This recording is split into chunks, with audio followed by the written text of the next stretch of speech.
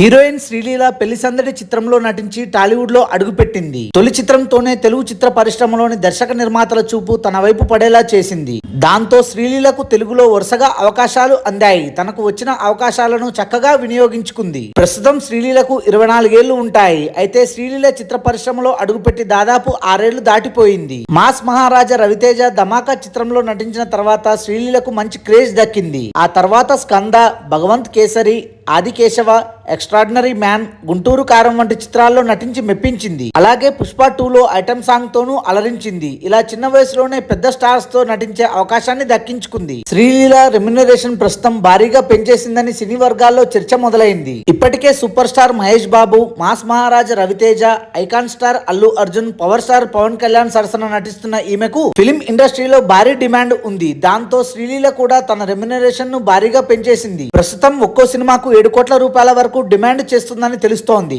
గతంలో 3.5 నుంచి 4 కోట్ల రూపాయల వరకు పారితోషికం తీసుకునేది. Thanks for watching this video. For more interesting videos please do subscribe.